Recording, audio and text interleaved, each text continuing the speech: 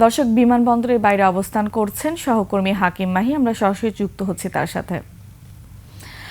হাকিম, আমরা তো জানতে পেরেছি যে বিমানবন্দরের পুরো এলাকা কয়েক স্তরে নিরাপত্তা স্তরে আসলে নিরাপত্তা ব্যবস্থা করা হয়েছে। তো বিমানবন্দর থেকে ৩০০ ফিট সড়কে কি অবস্থা আপনি দেখতে পাচ্ছেন, আমাদের বিস্তারিত জানাবেন।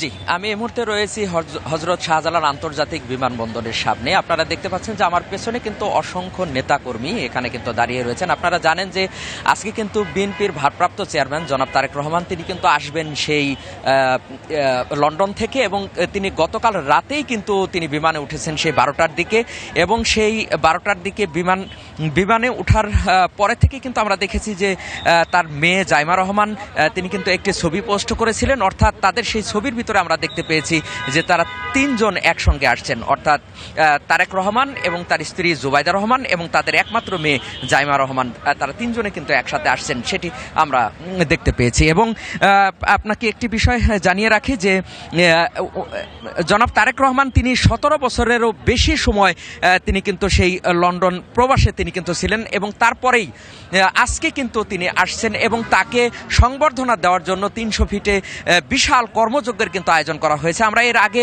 শুনতে পেয়েছি তারা বলেছিলেন যে প্রায় 2.5 কোটি মানুষ কিন্তু তাদের ওখানে উপস্থিত হবে।